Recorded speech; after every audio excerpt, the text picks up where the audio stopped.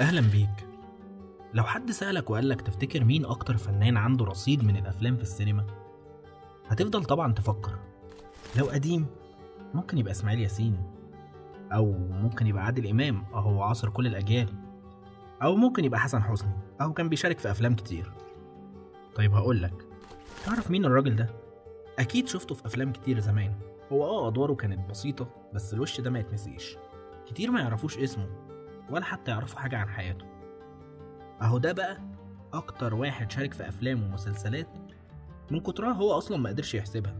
ولما اتسأل عمل كام فيلم في السينما مثلا، قال يجي اكتر من 100 فيلم كده، بجسد نحيل وجبهة عريضة وملامح مصرية. هو ده مطوع عويس، اشهر كومبارس في السينما المصرية.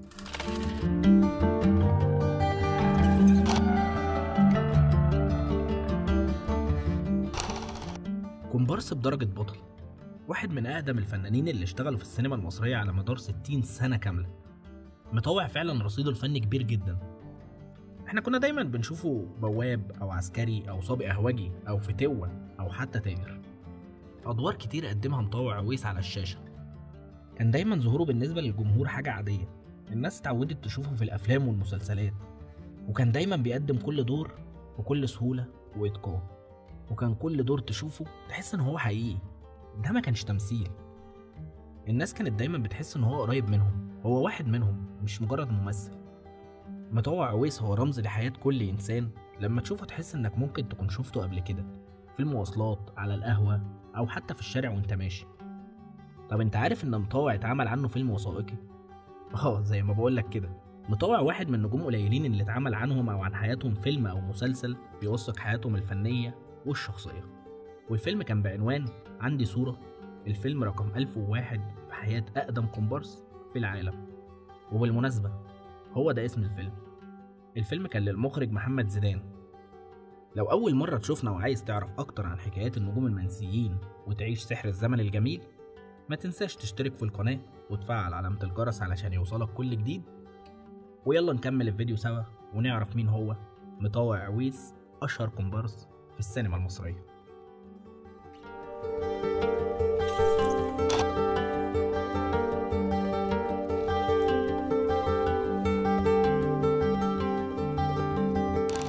ستة أغسطس 1929 اتولد مطوع عويس لأسرة بسيطة.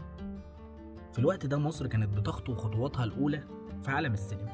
في الفترة دي السينما كانت بتتحول من مجرد وسيلة تسلية لجزء مهم من ثقافة الشعب المصري. شاب صغير مليان طموح وعنده حلم إنه يكون جزء من العالم ده، عالم السينما.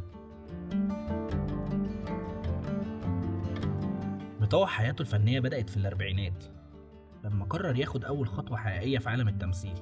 وكان أول ظهور ليه قدام الكاميرا كان في فيلم طاقية الإخفاء 1944. وركز معايا، احنا هنا بنتكلم عن فيلم طاقية الإخفاء، مش فيلم سر طاقية الإخفاء. الفيلم ده كان بمثابة نقطة تحول كبيرة في حياة مطوع. ده فتح له أبواب السينما على مصراعيها، وكان بوابة سحرية نقلته من شاب بسيط لواحد بيمشي في نفس الطريق مع عمالقة الفن في الزمن الجميل. تخيل شاب لسه صغير بيبدأ حياته وبيشارك في فيلم مع نجوم كبار زي تحية كاريوكا وبشارة وكيم ومحمد الكحلاوي. ده في حد ذاته كان إنجاز كبير، ومطوع قدر يثبت نفسه من أول لحظة. ومن اللحظة دي بدأ مشوار الفن الطويل، مشوار استمر أكتر من 60 سنة مليان بالأعمال الفنية اللي قدم فيها أدوار متنوعة. وبرغم إن المشوار ما كانش سهل، هو مشوار مليان تعب وجهد وتحديات، لكنه فضل مكمل وعنده شغف كبير بالتمثيل والسينما. وده اللي خلى اسمه يعيش ويكون محفور في تاريخ السينما المصرية. ومن أشهر الأفلام اللي شارك فيها مطوع عويس في السينما ريا وسكينة، الأسطى حسن، صراع في الوادي، تمر حنة.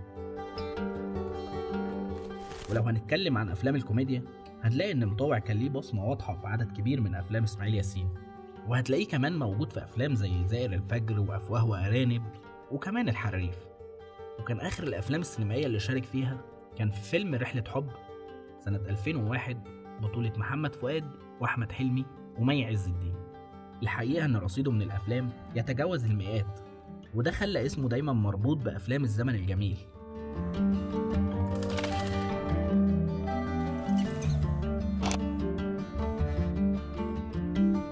وبالنسبة للتلفزيون، مطوع عويس كان ليه حضور قوي في المسلسلات اللي كلنا اتربينا عليها. عندك مثلا مسلسل زمن عماد الدين، طيور الشمس، لقاء السحاب، البحار موندي، الضوء الشارد. وكان آخر أعماله الفنية في التلفزيون مسلسل بيت الباشا سنة 2010، وكان من إخراج هاني لاشين وبطولة صلاح السعدني وشيرين وفريدة سيف النصر. يعني سواء في السينما أو في التلفزيون، مطوع عويس كان دايما ليه مكانة مميزة، وعارف إزاي يكون جزء من أي عمل فني حتى لو كان الدور بسيط. ورغم كل السنين اللي قضاها في خدمة الفن، مطوع عويس ما كانش من النوع اللي بيدور على الأضواء أو الشهرة. عاش حياته في هدوء، ونتيجة للمشوار الفني الطويل والمميز لمطوع عويس اتعمل عنه فيلم وثائقي سنة 2017، وزي ما قلنا كان اسمه عندي صورة، الفيلم 1001 في حياة أقدم كومبارس في العالم.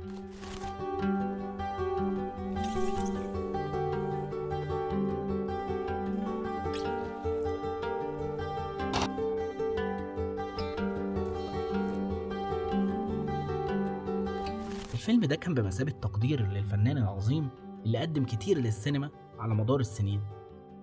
المخرج محمد زيدان قرر يسلط الضوء على حياة مطوع عويس من خلال السيرة الذاتية اللي تناولها الفيلم، واللي كانت مليانة تفاصيل عن رحلته الطويلة في عالم الفن.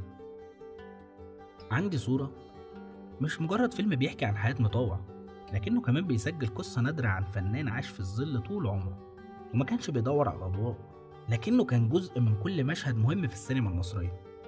الفيلم ده يعتبر شهادة حية على التضحيات اللي قدمها مطوع عويس للفن وعلى حب الناس ليه، حتى لو ما كانوش يعرفوا اسمه، لكن وشه كان دايما حاضر في كل الأعمال اللي شارك فيها.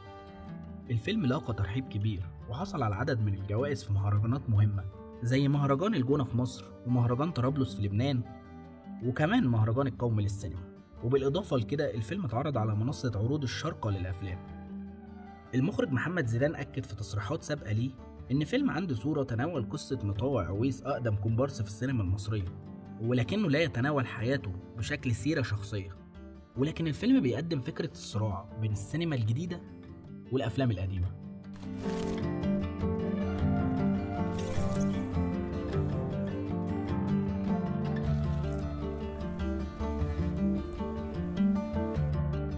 واللي ناس كتير ممكن ما يعرفوش عن مطوع عويس إنه ما كانش بس ممثل، لكن كمان كان بيشتغل ورا الكاميرا. في فترة السبعينات بدأ يشتغل على تصميم الإكسسوارات وتنفيذ الديكور في بعض الأعمال الفنية. اشتغل على مسلسل نعس 1970، وفي 1973 اشتغل على ديكور مسلسل الدوامة مع المخرج نور الدمرداش. وده كان دليل على إن مطوع كان فنان شامل، مش بيفهم بس في التمثيل لكن كمان في كل التفاصيل اللي ورا الكاميرا. وكان آخر عمل اشتغل فيه على تصميم الديكور كان سنة 1982 في فيلم العوامة رقم 70 بطولة أحمد زكي ومجدة الخطيب. مطوع كمان كان مدير أعمال المخرج الكبير هاني لاشين، ورغم إنه قضى سنين طويلة وسط عالم الفن والسينما، لكنه اختار إنه يبعد حياته الشخصية عن الأضواء. مطوع كان محافظ جدا على خصوصية حياته، ومع إنه كان متواجد في الوسط الفني بشكل مستمر، لكنه محبش يتجوز من داخل الوسط، وده خلاه يعيش حياته بعيدة عن الضجة اللي بتيجي مع شهرة الفنانين. وفضل دايما إن بيته يكون ملاذه الهادي بعيد عن أضواء الكاميرات، وقدر يحافظ على التوازن بين حياته الشخصية والفنية بكل حكمة.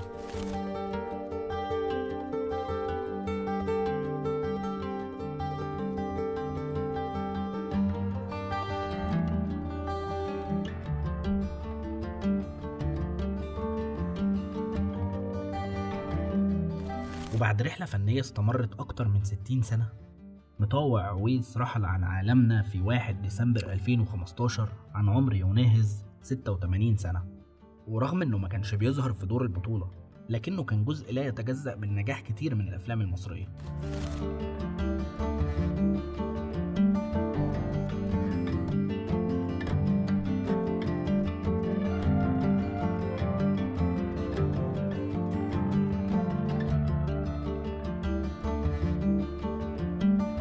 الجمهور حب مطوع لأنه كان جزء من تفاصيل حياتهم، واحد من الوجوه اللي اتعلقت بيها الناس من غير حتى ما تعرف اسمها.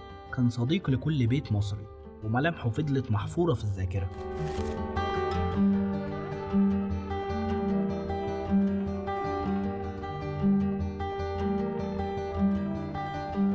ولو انت كمان فاكر مشهد او دور لمطوع عويس شاركنا بيه في التعليقات، واكتب لنا كمان عن النجوم المنسيين اللي تحب ان احنا نتكلم عنهم.